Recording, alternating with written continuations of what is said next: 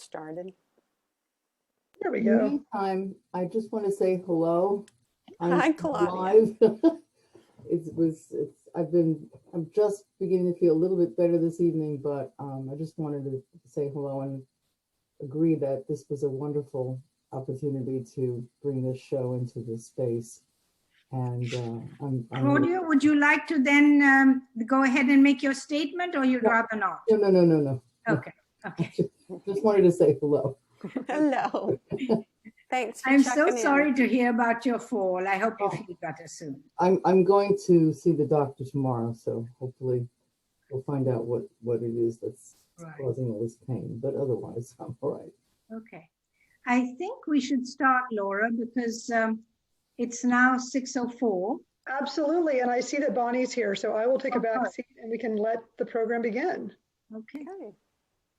Hi, Bonnie. It's hot. Hello, everybody. Hi there. Hi. Happy sunny day. And it's very nice to cap off a lovely day with this wonderful program. My name is Bonnie Heather McCabe, and I'm Vice President of the Women's National Democratic Club.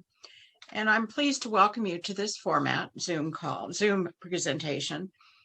And we hope that we will see you soon when our doors can open again. I'd like to tell you just a little bit about the club. Our motto is from the right to vote to the power to lead. It was started in 1922, 2 years after many, but not all women got the right to vote. The club is open to all progressives, conservatives, if they are of good mind, and centrists, as well as independents and men. So I'm very excited to hear this talk, and I think it's wonderful to be able to see the inside of the ballroom with such beautiful paintings. Thank you so much for coming and joining us tonight. Thank you, Bonnie. There's that. Yeah, I will say that we are open for gallery visits, though, just to make that correction, so people will come to see the exhibition. But I'm Nozhat Sultan, Director of Visual Arts and Museum Affairs at the Women's National Democratic Club. Thank you for joining us this evening.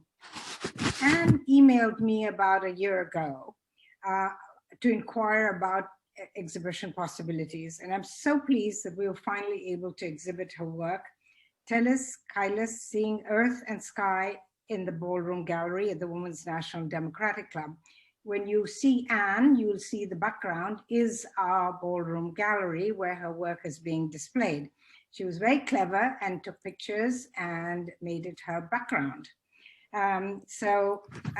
Anne's work is well known in Washington, D.C., and she's represented by the Zenith Gallery. I have the pleasure of introducing Anne's curator, Claudia Rousseau, who unfortunately is not with us this evening, except she appeared briefly a minute ago. Claudia helped us install the exhibition for Anne and wanted me to read out this introduction to Anne's exhibition. The current exhibition features 22 recent paintings by Washington, D.C. artist Anne Marchand. This solo exhibition marks a new level in the artist's stylistic evolution over the last 10 years. As a painter, Anne has been fascinated with images of the universe made by instruments like the Hubble telescope that has given us shape and color to the vastness of space and have evoked so many mysterious beauty of planets, stars, galaxies, and nebulae. Over the past decade, she has made paintings reflecting this outward gaze. A number of these paintings were selected for a solo exhibition I curated at Montgomery College in 2011, titled Of Shining Worlds, a title that reflects not only the marvels of space, but also the profoundly spiritual sensibility of this artist. Not surprisingly, she soon began to research world mythology about the origins of the cosmos and launched a serious investigation into the work of comparative mythographer Joseph Campbell. In particular, she was drawn to the image of the Great Mother who appears in so many early creation myths around the world, and whose presence appeared in human art as early as 20,000 BC. Still looking outward, The source of this inspiration was similarly abstract and fundamentally spiritual in nature. Yet, the spirit of Tellus matter would continue to draw her back towards Earth. That's Claudia Rousseau. I encourage you to call and arrange a visit to Anne's exhibition, which in my view is wonderfully uplifting. This exhibition gives us an incredible view of our planet through her vivid, colorful lens. Please note that all the work is for sale, and the price list is not only available on our website, but also in the ballroom gallery. We will post in the chat the phone number that you could call if you like to visit. It's best to do that so that we can make sure that no other program or anything is happening in the ballroom gallery. I would like to now say, Anne, please tell us something about your wonderful paintings, how you got there, and what you are thinking of in terms of going forward. Hello, everyone. Thank you for coming. First, I'd like to congratulate everyone on the successes that we've all brought to fruition with the election of Joseph Biden and especially Vice President Kamala Harris. With these changes, life feels like it's taking a new direction toward love in action, and I like to call it Love is the Resistance. I thank each and every one of you for your actions to get us where we are. And I'd also like to thank the Women's National Democratic Club for hosting this special exhibition and curator Claudia Rousseau for working together to present this body of work. Nuzat and Claire have made it a lovely experience. It's an honor to be able to bring my paintings to you with a fresh perspective. So the exhibition, Tellus, Caelus, Seeing Heaven and Earth, Tellus being the original name of the earth goddess, the goddess of creation in ancient Rome, and Caelus being a primal god of the sky in Roman mythology. There's several artistic modalities and sources of inspiration that I'm going to touch upon today, including travel, the horizon line, perspective, and predominantly space. Artists use some of and all these devices to communicate 3 dimensions onto a 2-dimensional surface like the paintings in this exhibition. So how do you create space in a 2-dimensional world? The journey that I'm going to talk to you about towards this new perspective on the world is about a new perspective on the self, and it includes a lifetime of observation, exploring the Earth's physical places through travel and exploring outer space through the eyes of the Hubble telescope, which I've been researching on the internet and reading about since the 1990s.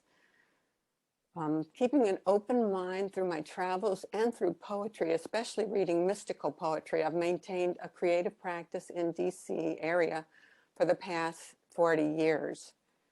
My practice delves into the big questions of who are we, why are we here, and what does it mean to be truly human? Now, for you, a creative act could be anything that you do that brings you joy. I'm going to speak to what mythology has brought to me and how it affects my art making. So slide 2, the horizon. The horizon has been something that has been with me from my early childhood, going to the Gulf Coast and seeing images there. It's the connection between the heaven and the earth as a stepping stone into the unknown. The horizon line has been a place of transformation for me. In many cultures, it represents symbolic meeting of the heavens with the earth. Each has had its share of mythological storytelling over eons, with gods and goddesses inhabiting both the earth and the sky. In the 1980s, American mythologist Joseph Campbell wrote that the function of mythology is the vehicle which society uses to help mankind through the various stages of life. To quote from his Power of Myth book, Shakespeare said that art is a mirror held up to nature, and that's what it is. The nature is your nature, and all of these wonderful poetic images of mythology are referring to something in you. When your mind is trapped by the images out there, so that you never make reference to yourself. You misread the image. An abstraction can be the same, an entryway into an internal world that produces a recognition of the play of the interconnectedness among all living things in the external world. And that's what we're getting to, that perspective of interconnectedness. So let's look at a journey, how a journey towards self-discovery is unique to each human being.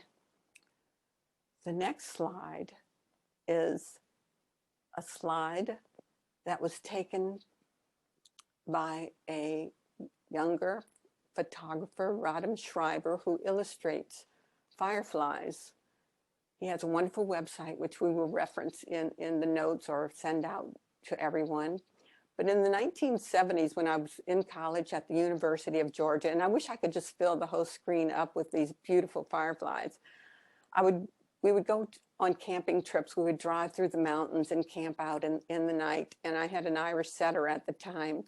And this one night, I came face to face with what I call the unity of heaven and earth through the dance of the fireflies.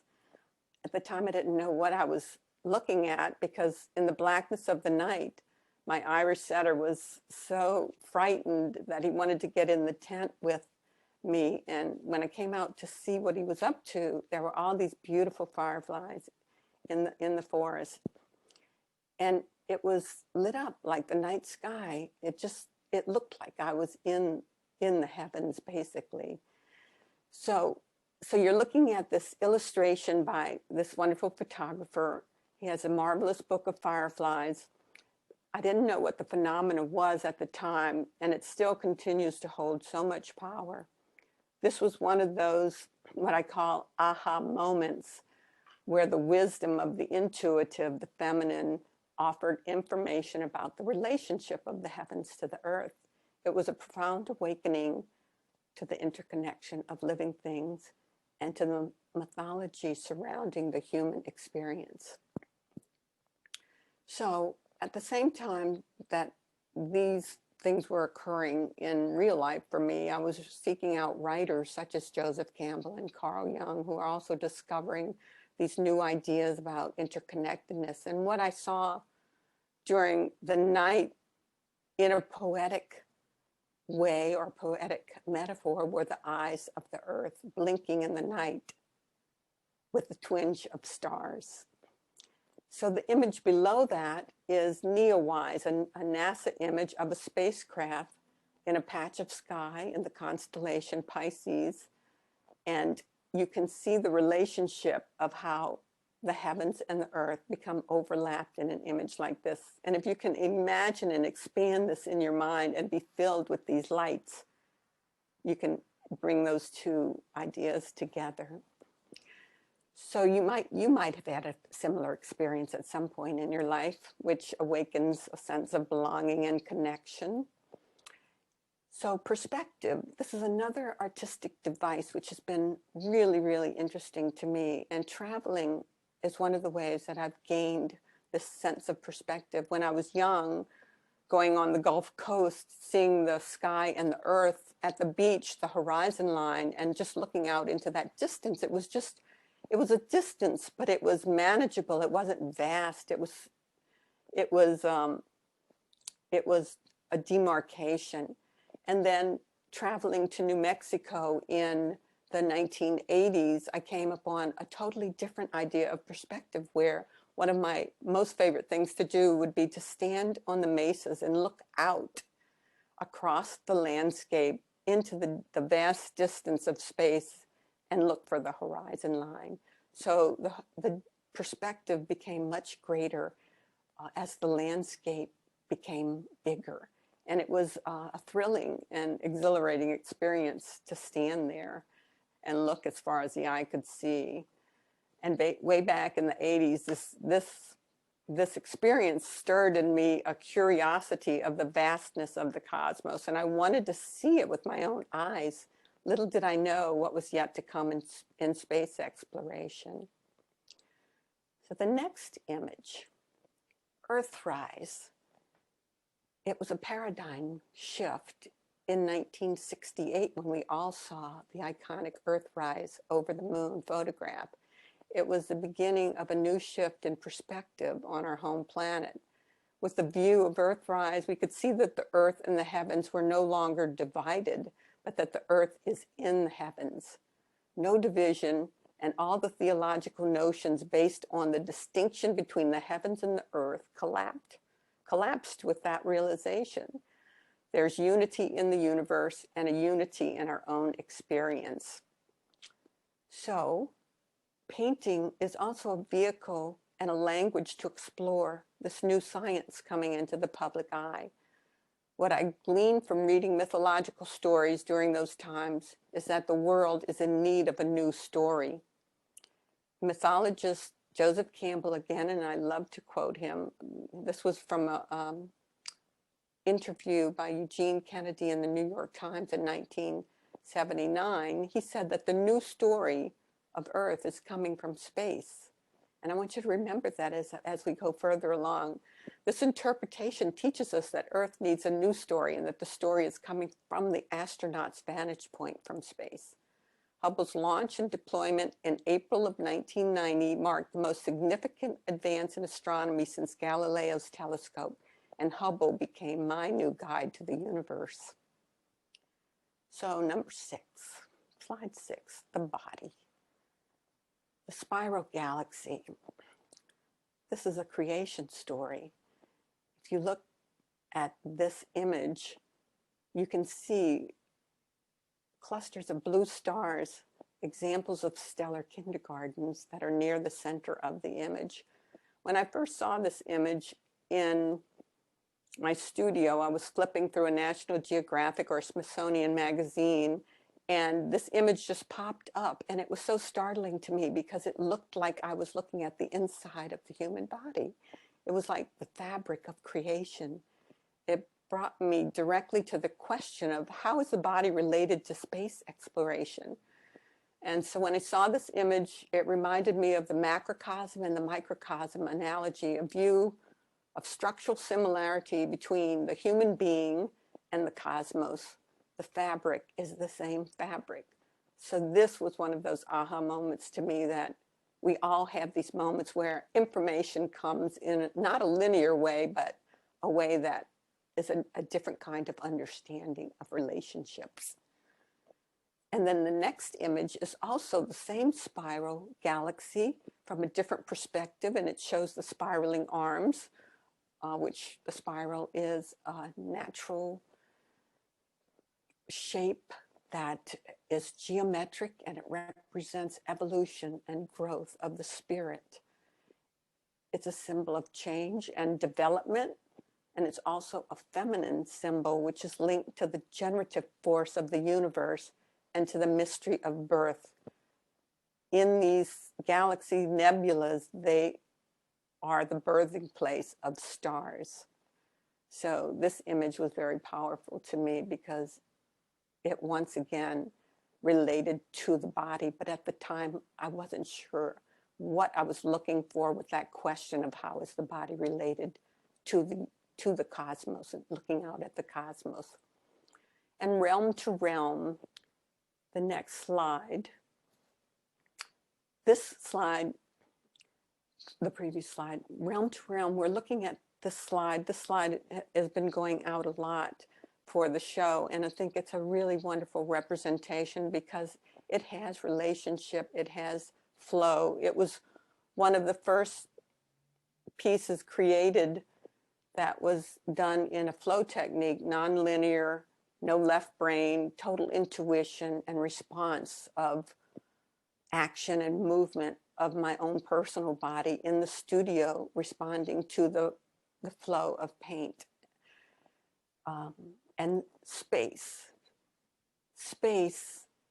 In 2016, I needed more space. I had to have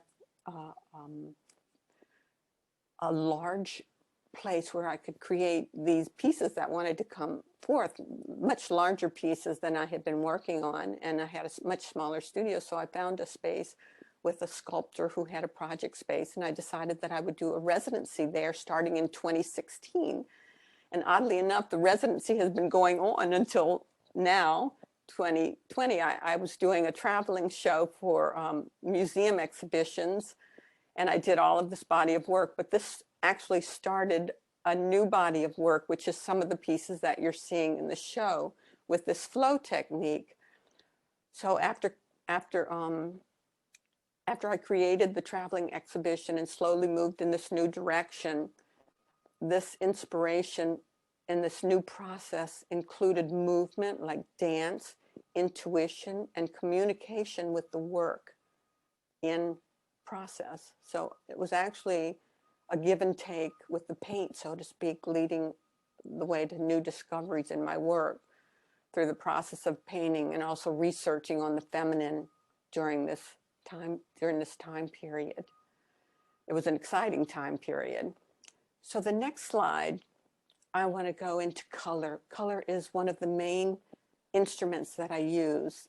It's like music for me. I play color like a musician plays his instrument. And I'm going to show you a short video, 1 minute and 45 seconds on color. And I'll be talking in the video. It's a prelude to a longer interview that a student at Georgetown University did for her communications class. And the video shows my process of working and my thoughts on color as liquid paint flows to the surface of the painting. So let's take a look at that, and then I'll talk a little bit more about color.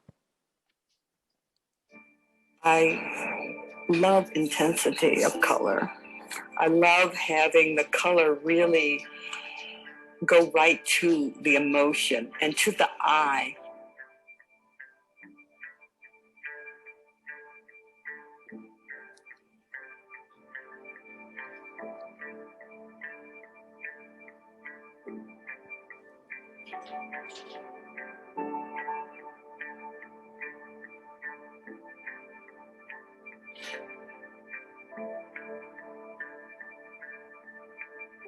It becomes intuitive after a while. You use color and you know what the colors are going to do. So you no longer have to think about the color. You just use it as a emotive property, and you use it in a way that to create beauty.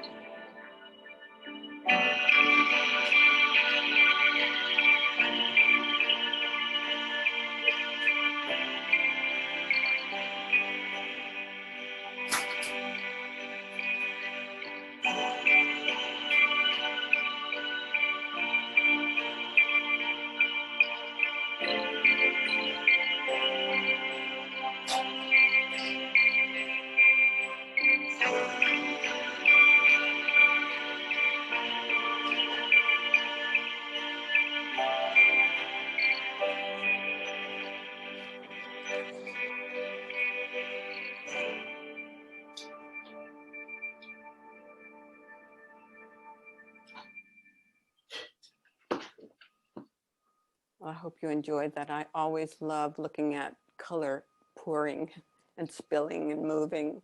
It's an exciting thing for an artist. So the content of my work explores the concept of luminosity using acrylic paints that have the attributes of pearlescence, iridescence, and a range of reflective properties that interplay with light. The mediums that I use are based on a metaphor, the translation of pigment into a divine quality of light.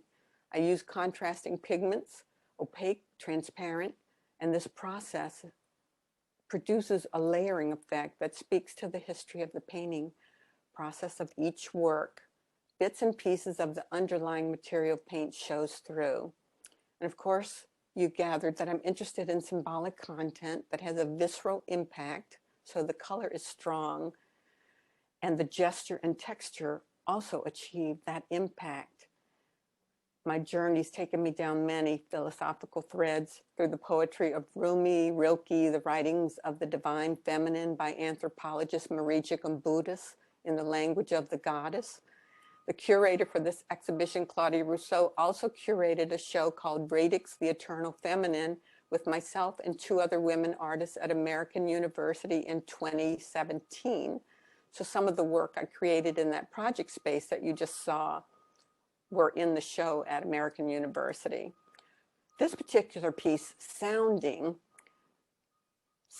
is vibration. Vibration is the song of the universe, the music of the spheres.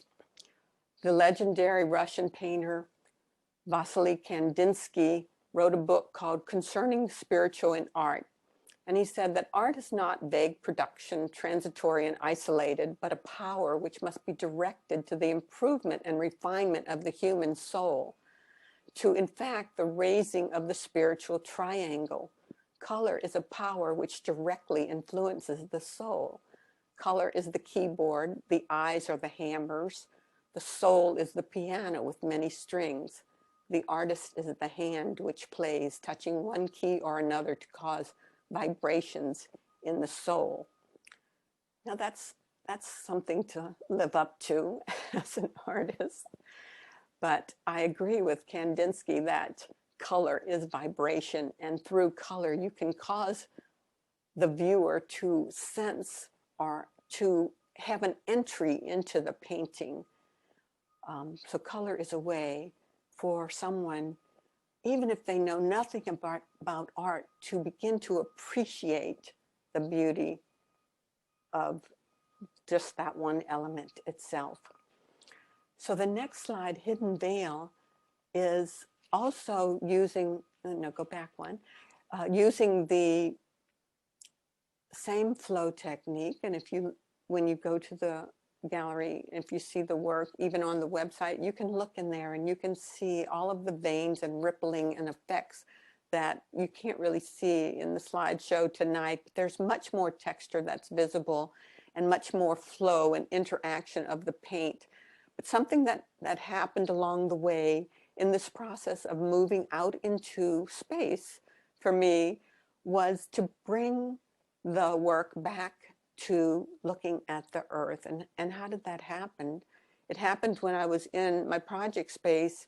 One piece of work that's not in the show, but that is in the traveling show, I was looking at it, and suddenly I realized to me that I was no longer just looking at outer space, that I was actually looking at processes that could be earth processes.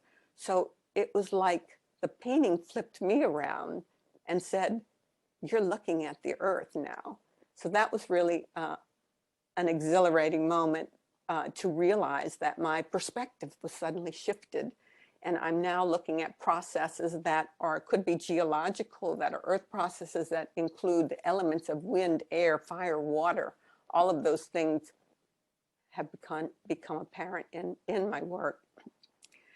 So the next slide, Ouroboros, is all is one, one is all. This is the symbol of the snake eating its tail. And in a pictorial alchemical papyrus from the 3rd century AD, there's a maxim that says, one is all, and by it all, and for it all, and if it does not contain all, then all is nothing. The Ouroboros was significant to the Gnostics, and from their point of view, the opposing ends, where the two ends meet, it is where the divine and the earthly and humankind meet, despite being at odds with one another.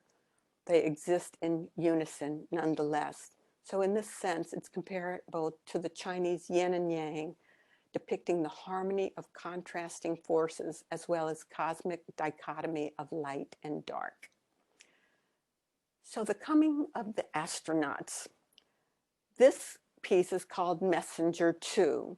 And when I created it, there was this shape that appeared within the sky in the upper right-hand symbol that was the right-hand, upper right part of the painting. It was very mysterious to me. I wasn't sure what it was, but it had to be there and it had something to say. And so it was like I was being called to realize that information comes to us in different ways, and we're so used to being in the world in a very, what I call masculine, yang way, which means that we get linear information, so everything builds upon each other, but there is another way of getting information that comes in an intuitive and spontaneous way, so that this information was something that needed to be paid attention to.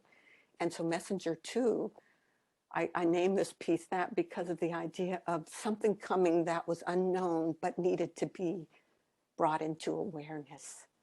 So the next piece, Miracles, we'll get to the idea of mirabilia is the name of this piece.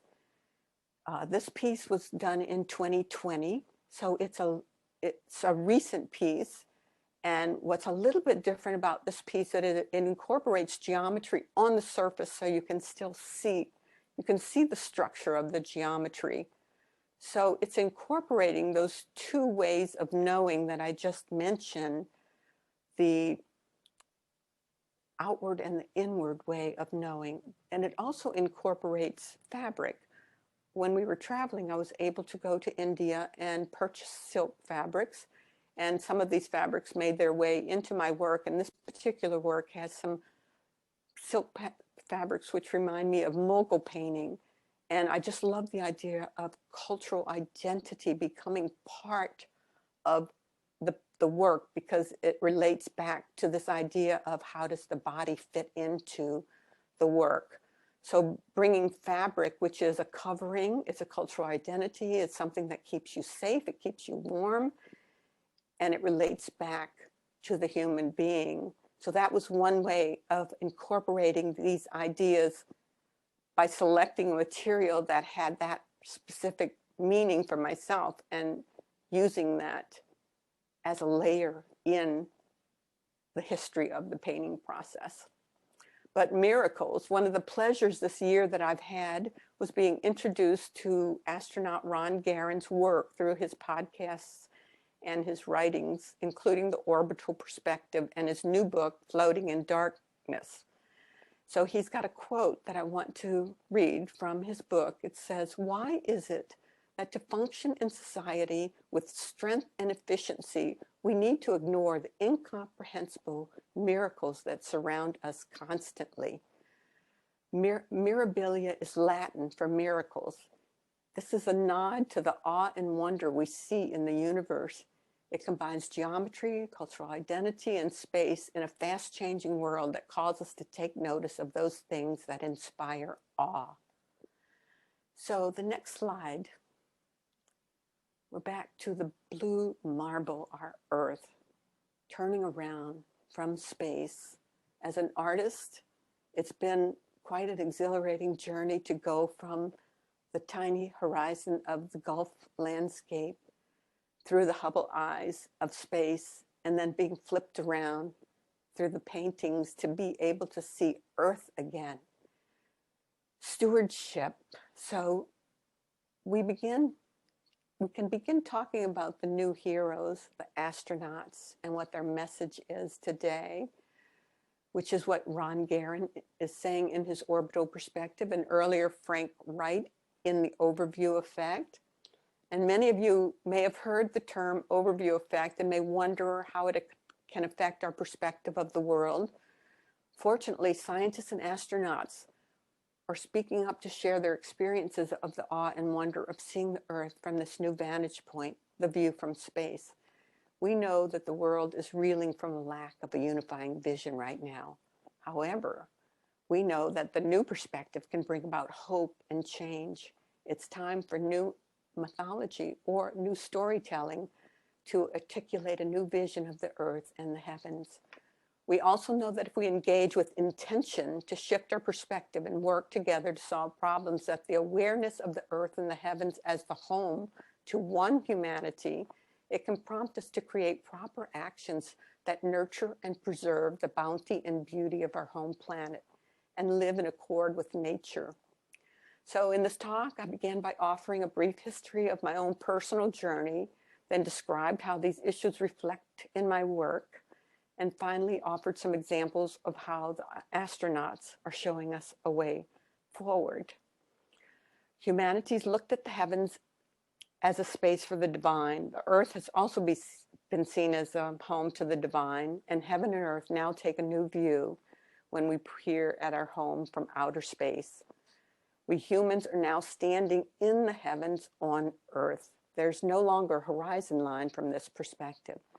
This body of work is a culmination of my virtual forays into deep space to see energy manifestations and how that energy of the heavens relates back to the body and the earth.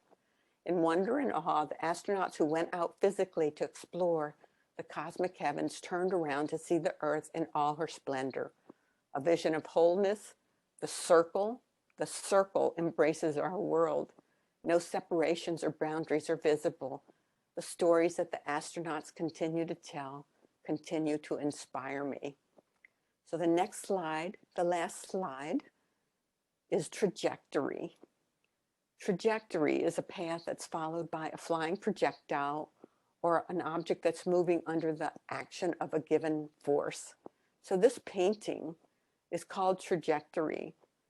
The path that we follow is up to each one of us. A key message that we can find in this new perspective of the earth is to promote an understanding of the relationship of all created things to each other on the planet, to begin to direct our actions towards a sustainable future, acting in accord with nature to ensure a healthy environment for all Earth's creatures.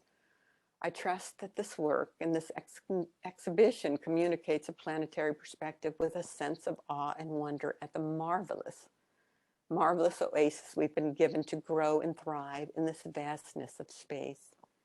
Here we find ourselves with a new tool of perspective to create a loving and lasting reality. So love is a powerful perspective expanding tool that can unite us in ways that seem impossible.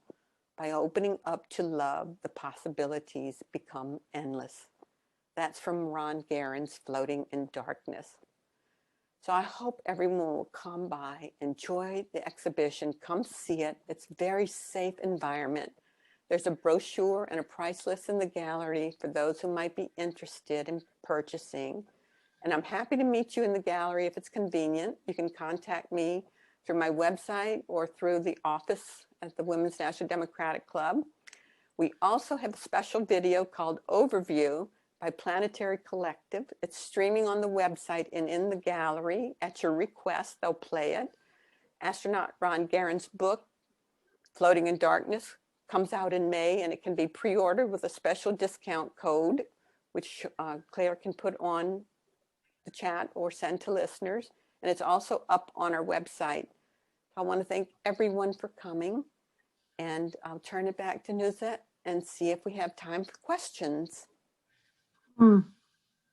Yes, thank you so much, Anne. And yes, we do have time for questions. So if you'd like to raise your hand or just ask the question.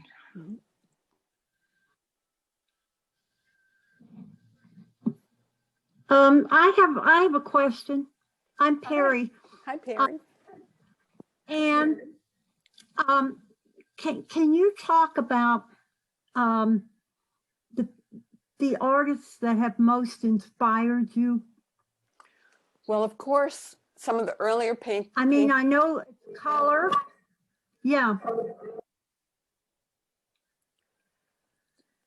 The artists who have most inspired me, if I go way back, I would say that the expressive content of Francis Bacon, who was a very troubled soul, but the movement in his work was just astronomical for me in terms of how he was able to express the angst of the figure and put that expression into motion on a two-dimensional surface.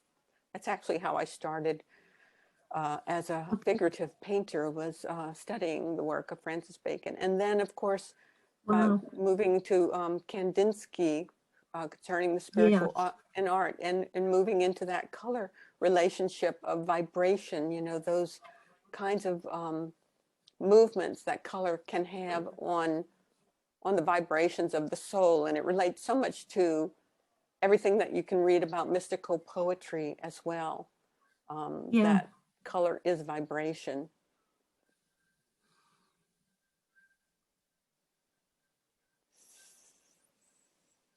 Is there any other question? Hello? You have to unmute. Sorry. How long will your exhibit be displayed? The exhibit's going to be running through May the 18th, and the show is going to be open Monday through Friday from 10 to 4. Every day you can go in and just give a call so that they know that you're going to be there. And if you wear a mask, it's a huge, as you can see behind me, I have the space represented behind me in the call, and it's a lovely, lovely mansion. I mean, the space shows the paintings off well, and the paintings show the space off well. I think it's a really great combination. If you love history, then you'll love being able to see that aspect of the building as well. So to me, that's a bonus, seeing the art and the architecture together, because I love historic architecture as well as abstract painting. I think there's another question here. Let me see. I lost it because somebody else came on. Yeah, do the shapes that happen seem to repeat themselves? And this question is from Sharon Oh, Fisher. interesting, interesting. What is the question again? The question is from Anne Fischel, and her question is I keep losing it because people keep jumping on the chat and I lose. Okay, here it is.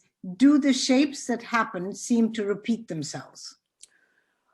Sometimes the shapes will repeat themselves, but that is the arena of the artist to curate what's happening in the process of painting, so that if something becomes too familiar, it takes you into a known realm rather than an unknown realm, then I think the job of the artist is to move into the spot where they are not comfortable, and to keep that repetition from happening, because it's not exciting to repeat and repeat and repeat a shape unless you're doing it with intention as a repetitive movement.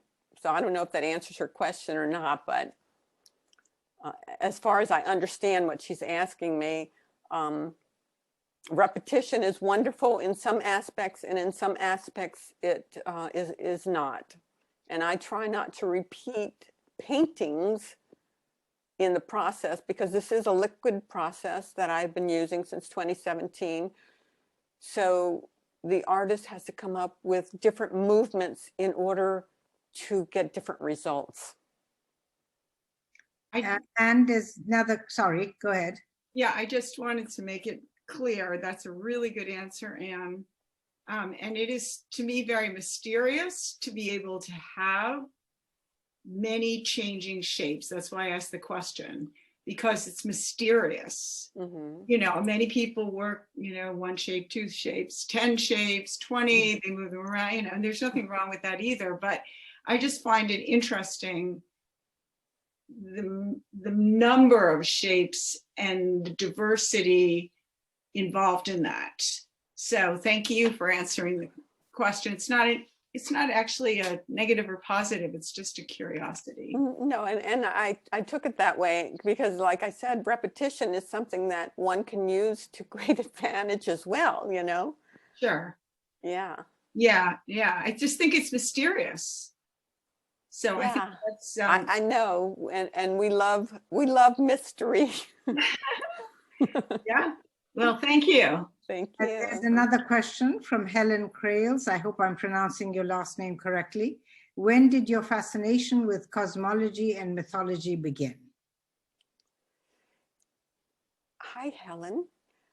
It began in I would say in the 1980s. It wasn't directly, it's something that over the years, it's kind of led me into what I would say now, going into like the Hubble imagery, specifically looking for things like that. But it started with Joseph Campbell in the 1980s in his writings, The Power of Myth and Hero with the hero's journey, that mythology, and also studying Native American mythology, because I did with another artist a curated show at Maryland Art Place that was called Sacred Circles, and we interviewed a lot of Piscataway Nation Indians in this area of the world and did an exhibition in Baltimore on Native American mythology. So it was an overlap with some of that Native American, and then Joseph Campbell, of course,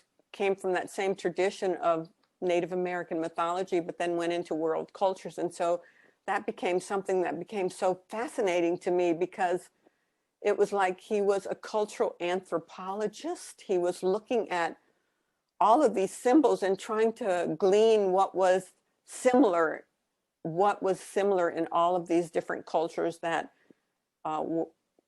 created a humanity that could be could be related to,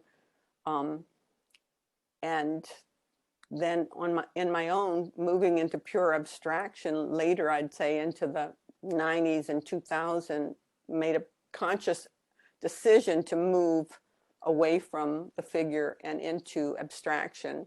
And then that is when space became a theme that I started to move into. But it's all happened in a process that's been gradual. I can't say, that this just occurred overnight. So I think Laura and Joel have a question. okay. I think my question actually picks up on what you were just saying, and I was very struck by the way you described taking advantage of that residency and the space that it provided to really explore a different process and a different technique. It's a wonderful testament to how the creative fields can really allow for continuous growth and development. And so I was just really curious how you would have described your process before that, 10 years ago, and what you find personally most satisfying about where you are today. Well, I would say I went through different stages. I'd say in the early 2000s, I was working actually in oil bars, and I was working with a cityscape architectural style, which was to me an abstraction, but yet it was visually, you could tell it was cityscapes. And to me, it was a study in color and geometry. It was very, very planar shapes and lines and color. So it was very structured and ordered. And then from that, I moved into a more ambiguous space, which did not have that structure on the surface. But what it did have was embedded materials that was structured in a different way. And then that history, I started layering, and the history, always using geometry as an understructure in the work, but not having it be as visible as it had been in the earlier work. But going back to this residency that you were asking me about, this was the first time that I actually had no control over the liquid that was flowing out of my hand. It was, I had to give up control. So that was a change in the process. Thank you. And when did you start pouring paint? Was it just for these particular paintings, or was it earlier with other abstract? No, it was, well, I poured paint, but not in the same way. Not this kind of pouring since 2016 has been a conscious, literal pouring liquid where something is moving from here, you can see it moving to here, and it's not necessarily splattering, which I had done a lot of that process of splattering paint, moving paint around. This was actually, it was more, it wasn't controlled, it was more observational. As the paint was moving. The observation of the artist is the intention of what is being created. If I can say it that way, I don't know if that makes any sense, but it's a different process. And it started in 2016, and it was a fascinating and and scary process because I didn't have any control.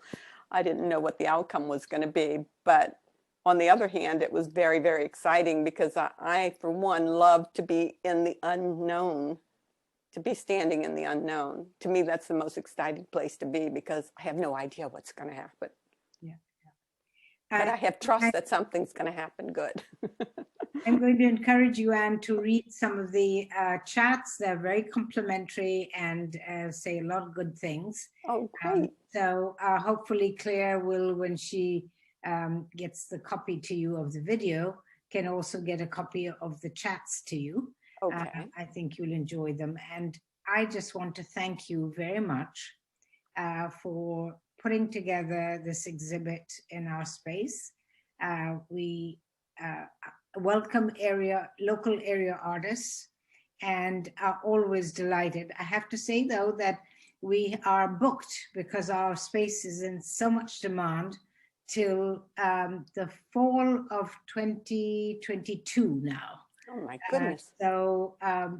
But you know, we are very happy to exhibit area artists because we think that area artists often do not get the spaces that they should get.